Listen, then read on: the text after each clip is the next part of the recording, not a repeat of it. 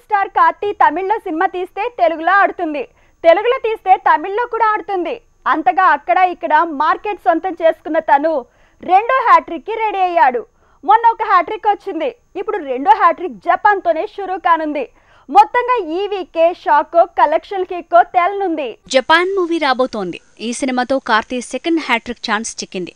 Spy action, తర్వాత historical pan India movie, ఇప్పుడు crime comedy అంటూ ఎప్పుడు జానర్స్ ని ఫ్లేవర్స్ ని మారుస్తూ మార్కెట్ మీద దాడి చేస్తున్నాడు కార్తీ. కార్తీ ఆవారా నుంచే మంచి నటుడిగా పేరు తెచ్చుకున్నాడు.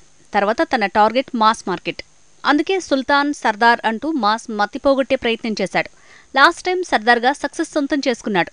ఇలా ఒక్కో అడుగు వేస్తూ మాస్ మార్కెట్లో జెండా పాతేస్తున్నాడు. కార్తీ మొదట్లో తమిళ్, తర్వాత తెలుగు మార్కెట్లో గుర్తింపు తెచ్చుకున్నాడు.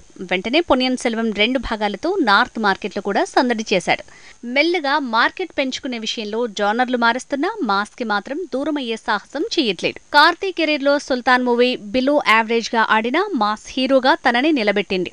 కొన్నిసార్లు హీరోలకి కొన్ని మూవీస్ కలిసి రాకున్నా అవి మాస్ ఆడియన్స్ లో గుర్తింపు తేవడంతో స్పెషల్ రోల్ ప్లే చేస్తాయి.